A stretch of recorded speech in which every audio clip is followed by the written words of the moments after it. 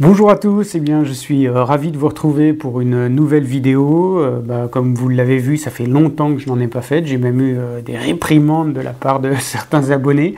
Merci pour votre fidélité. Et puis pourquoi? Parce que simplement j'avais un boulot de dingue qui est sur le point de s'achever. C'est pas tout à fait le cas, mais voilà, bientôt je vais enfin pouvoir retourner au bord de l'eau parce que figurez-vous que pour la première fois depuis très longtemps, j'ai non seulement raté l'ouverture, enfin même si, comme vous le savez, je ne vais pas à l'ouverture parce que je laisse passer un peu la meute, mais j'y vais au moins le lendemain ou le surlendemain. Là, en fait, je ne savais même pas que c'était l'ouverture de la truite, pour vous dire. J'étais persuadé que c'était genre le 20 mars. Donc, quand j'ai appris qu'en fait, au moment où j'ai levé la tête, ça avait commencé depuis 10 jours déjà, je me suis dit, ok, là, il est vraiment temps que je lève un peu le pied. Donc ça va être le cas, je pense que je vais pouvoir aller pêcher la première semaine d'avril. Bref, pour reprendre un petit peu le contact avec vous, je voulais faire, comme j'avais fait l'an dernier, une vidéo dans laquelle je montrais le matériel que j'allais utiliser cette année pour la pêche à la truite. Alors, ça a déjà commencé, mais je pense qu'il y en a encore qui n'ont pas fait leurs achats ou qui veulent renouveler un petit peu leur matériel, ça peut pas faire de mal. Donc ce qui est sûr, c'est que je vais partir avec peu de matériel comparé aux autres années, parce que finalement, je me rends compte que mes armoires sont bien remplies de leurres, notamment AliExpress, que j'ai acheté avec le temps, et je vous en ai fait découvrir pas mal. Mais finalement, quand je pêche la truite, contrairement au brochet ou à la perche ou au sandre, où c'est des espèces différentes, donc on a besoin d'avoir un éventail de leurres un petit peu plus important au bord de l'eau, ne serait-ce que pour faire face à des situations aussi différentes qu'un cours d'eau rapide, un lac, un étang, quelque chose de profond ou moins profond. Avec la truite, c'est un peu différent, même s'il peut y avoir des configurations différentes sur le terrain, ça reste quand même un mode de pêche qui, quand on pêche au leurre dur, et c'est ce avec quoi je vais pêcher, n'est pas si différent d'un spot à l'autre, quoi. Donc, avec quoi je vais commencer? Alors, puisque le fil est là, je vais commencer avec le fil. Alors, petite précision, je mettrai les liens vers toutes les vidéos qui présentent en particulier ces leurres-là, en bas, ou si je peux, directement dans la vidéo, on verra ça. Et les prix figureront de toute façon, et les liens vers la boutique qui les propose figureront sous la vidéo, et si c'est trop long, je verrai ça au moment du montage, je vous mettrai la référence et vous n'aurez plus qu'à aller sur AliExpress, taper la référence que je vous ai donnée, et ensuite, comme d'habitude, vous n'allez pas forcément dans la boutique que je vous indique, vous regardez s'il n'y a pas une boutique qui les vend moins cher à ce moment donné. Voilà, donc première chose, le fluorocoated. Bon, je ne vais pas refaire l'article, hein, vous savez tous maintenant, c'est un nylon recouvert d'une couche nanométrique de fluorocarbone qui est censé apporter une meilleure transparence dans l'eau, tout en réduisant un petit peu l'élasticité. C'est des arguments bullshit, ça marche aussi bien. La seule chose qu'il faut retenir, c'est que ça marche aussi bien que le fluorocarbone pour un prix 10 fois moindre. Enfin, j'exagère, mais pour un prix bien moindre, puisque là, on est à peine plus cher que du nylon traditionnel. Voilà, donc moi, je pêche avec ça depuis maintenant 3 ans. Pour tous mes types de pêche, je les prends juste en diamètre différent, en fonction du poisson que je convoite. Voilà, donc là, c'est du 20 centièmes, ça suffit largement, même pour les plus grosses truites qu'on trouve par là où je vais pêcher. Avec ça, vous les maîtrisez sans aucun souci. On passe maintenant au leurre. Alors, le premier, vous le connaissez tous. Hop, c'est le Rapala classique. C'est pas un leurre AliExpress évidemment, mais pour moi c'est une valeur sûre, c'est le premier leurre dur avec lequel j'ai pêché et je m'en passerai pas aujourd'hui. Ça c'est, je le sors à chaque fois et je fais régulièrement du poisson avec. Il faut d'ailleurs que je rachète un leurre plongeant, pardon, parce que je l'ai perdu.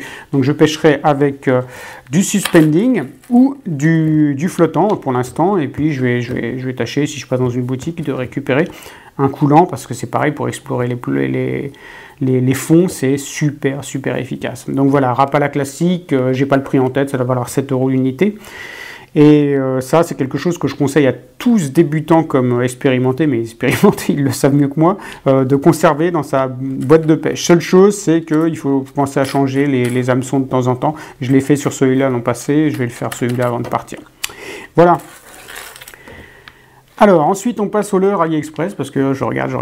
Non, pas tout à fait. Alors, on passe aux cuillères. Tiens, hop, petit changement. C'est juste pour vous montrer que je prends de la MEPS aussi. Ça reste une valeur sûre. C'est pas très cher, efficace. C'est l'anti-bredouille. Honnêtement, je suis pas super doué pour manier la cuillère. Alors, vous allez me dire, mais il n'y a pas besoin de manier une cuillère, il y a juste à tirer.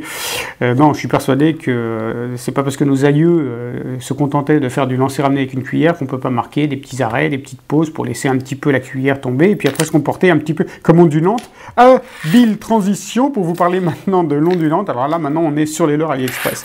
Donc ça, c'est des petites ondulantes que j'ai achetées. Ça vaut vraiment rien. Il y en a une, là, j'ai mis un triple. Les autres, elles sont avec un simple d'origine, comme on voit ici. Ça vaut que dalle. Hein. Je vous mettrai les liens. J'ai plus en tête, mais ça doit valoir, je sais pas, 50 centimes, même pas 25 centimes l'unité. Ça nage super bien. Par contre, je suis pas très bon avec ça. J'ai pris une truite l'an passé avec, mais vraiment à la surprise, quoi. C'est-à-dire que j'étais sur le point de ramener et elle engamait. Alors, je pense qu'elle aurait pris n'importe quoi.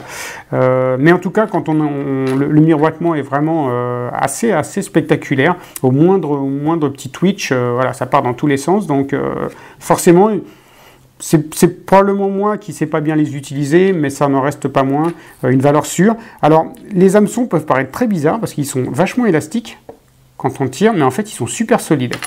Je me suis déjà pris une ou deux fois au fond de l'eau. Voilà, ils se tordent, mais ils reviennent à leur place initiale. Donc voilà, valeur sûre. Donc ça, c'est des petites cuillères ondulantes. Je vous mettrai bien sûr la référence. Ensuite, on passe à mes petits chouchous de cette année, des leurres que j'ai découverts grâce à l'un d'entre vous d'ailleurs qui m'en avait parlé sur la page Facebook. Donc la marque c'est MM Long, j'ai fait une vidéo dans laquelle je vous disais tout le bien que je pensais de ces leurres et notamment au niveau du rapport qualité-prix qui est juste imbattable. Donc ici on a affaire à des petits leurres, ceux-là je les ai pas encore essayés sur la truite, c'est les HML 12A. Ça fait 2,5 pouces pour 2,4 grammes. Ils sont flottants, légèrement coulants, légèrement. Je les ai juste testés, hein, mais légèrement coulants. Et ils valent 1,73 € l'unité. Vous les avez en plusieurs coloris. Et ça, bon, vous regarderez la vidéo que j'ai faite à ce propos. Il y a des gros plans dessus. Vous verrez que c'est vraiment... C'est de la belle ouvrage, comme on dit, voilà. Et donc ça, le rapport qualité-prix, 1,73 €. Enfin, ça se passe de commentaires. Ensuite, on a la version plus grande, ça c'est très efficace sur la truite, et je peux le dire parce que je l'ai testé l'an dernier et j'ai pris de la truite avec, mais ça c'est efficace aussi pour la perche et pour le brochet. Hein, d'ailleurs, la marque qu'il a là, ça reste quand même assez solide, c'est un brochet qui me l'a fait, un petit brochet. D'ailleurs, je me demande si je l'avais pas si j'avais pas fait une vidéo dans laquelle on voit quand le brochet en gamme ce truc-là. J'avais un peu peur parce que j'étais monté en 20 centièmes et je ne m'attendais pas à trouver des brochets dans ce coin-là. En tout cas, c'est super efficace, existe en plein de coloris différentes, perche, truite. Quels que soient les leurres et même longues que vous achetez, vous les trouverez toujours dans la même gamme de coloris. Donc c'est pratique, c'est des coloris, puis ils ne sont pas très variés, mais ça fait la farce. Donc ça c'est HML, que je vous dise pas de bêtises, 0,2. Ça pèse 3,9 grammes et ça coûte 1,55 €. Alors les prix que je vous donne là, juste petit détail, c'est les prix là aujourd'hui, nous sommes le 27 mars, je viens de regarder les prix avant de faire la vidéo. On passe ensuite à mon chouchou de toujours, le DW40. Alors ça, vous voyez, c'est un leurre qui n'est a priori pas fait pour la truite, sauf qu'on prend de la truite avec. Alors il ne faut pas que le cours d'eau soit trop agité, parce que sinon sa forme trapue fait qu'il ne se déhanche pas bien sur le courant, mais on en sait ramener, ça marche très bien. C'est d'ailleurs comme ça que je fais la plupart de mes truites, alors qu'en général, moi je suis plutôt à lancer vers le courant et ramener. Là, c'est pas vraiment le leurre le plus adapté. Voilà, vous profiterez pas de sa nage exceptionnelle. Je vous suggère d'enlever l'hameçon de tête, il ne sert à rien, sauf à prendre l'hameçon de queue lors des lancers, et j'ai jamais raté un poisson parce que j'ai enlevé celui-là. Celui-là, je ne l'ai pas retiré, mais pourquoi ne l'a-t-il pas retiré?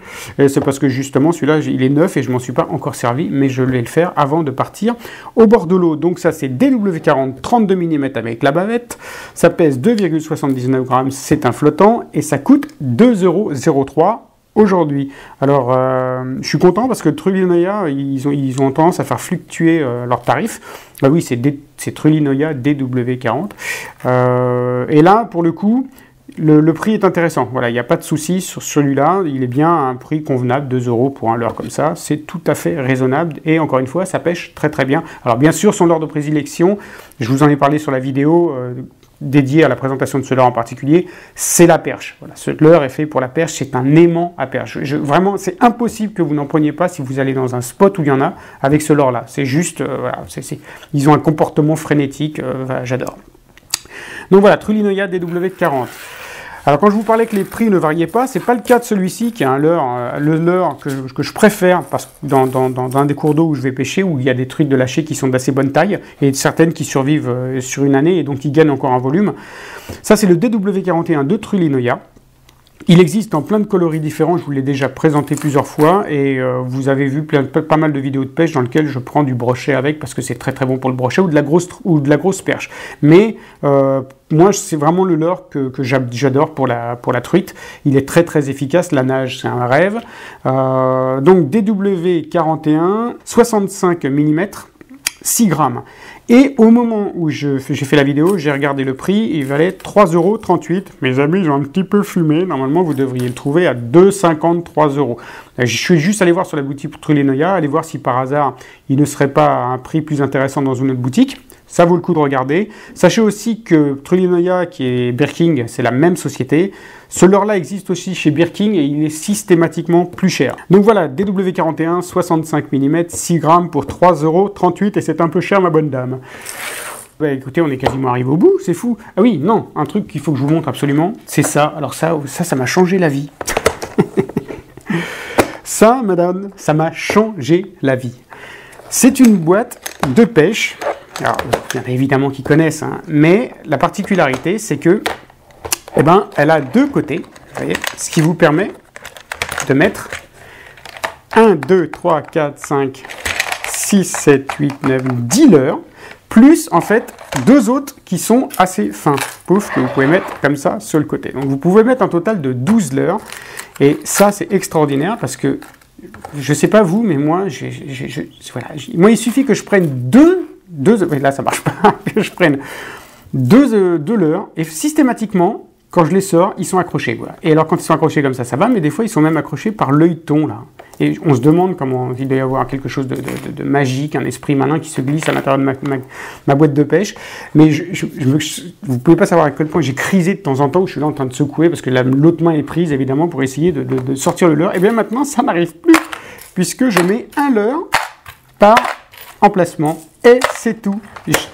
Dans mon sac de pêche, vous connaissez mon sac de pêche, le petit sac Décathlon, on peut en mettre 4, des boîtes comme ça. Donc ça me permet quand même d'avoir 40 leurres, quoi, ce que je ne prendrais pas là au bord de l'eau. Hein. Alors, ça vaut... La boîte vaut 4,47 € au moment où je vous parle. Je l'ai acheté dans une boutique, elle était disponible dans plein de boutiques. Je l'ai acheté dans la boutique la moins chère, qui avait pourtant une assez bonne réputation. Manque de bol, j'avais commandé 4 boîtes et 2 sont arrivées cassées. Donc celle-là, ça va.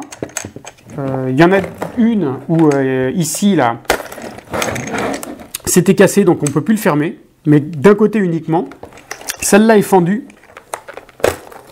Et encore ça, c'est pas grave, parce que, voilà, ouais, c'était pété comme ça. En fait, c'était super mal enveloppé. Mais en fait, j'ai reçu, comme vous le savez, tout un tas de colis de la part d'AliExpress, et des fois très très mal emballés, et il n'y avait pas de souci, quoi. Là, quand vous voyez la gueule du truc, vous vous dites, mais c'est pas possible, ils ont marché dessus, quoi. Et en fait, je me demande si c'est pas un peu... comment dire, une petite escroquerie, appelons ça comme ça, de la part du vendeur, qui aurait donc glissé des boîtes en mauvais état en se disant, ouais, on pourra toujours dire que c'est le transport. Moi, quand j'ai reçu ces boîtes-là, évidemment, j'ai tout de suite contacté le vendeur en lui disant que je voulais qu'il me rembourse ou qu'il m'explique comment lui faire pour les renvoyer à ses frais, ces boîtes-là, et recevoir en échange des boîtes en bon état et si possible mieux emballées. Et en fait, il m'a répondu qu'il me proposait de me rembourser 25 centimes par boîte, la boîte qui vaut 4,47 €. Donc évidemment, je lui ai dit qu'il n'en était pas question, que je refais un mail pour lui dire que non, monsieur Lee, vous n'avez pas compris, je veux le remboursement des boîtes ou alors je vous les réexpédie, vous me renvoyez des neuves. Il ne s'est pas démonté, il m'a dit qu'il me proposait 25 centimes, je ne sais pas combien de temps ça aurait pu durer. Ce qui s'est passé, c'est que les mails, c'est des mails de réclamation.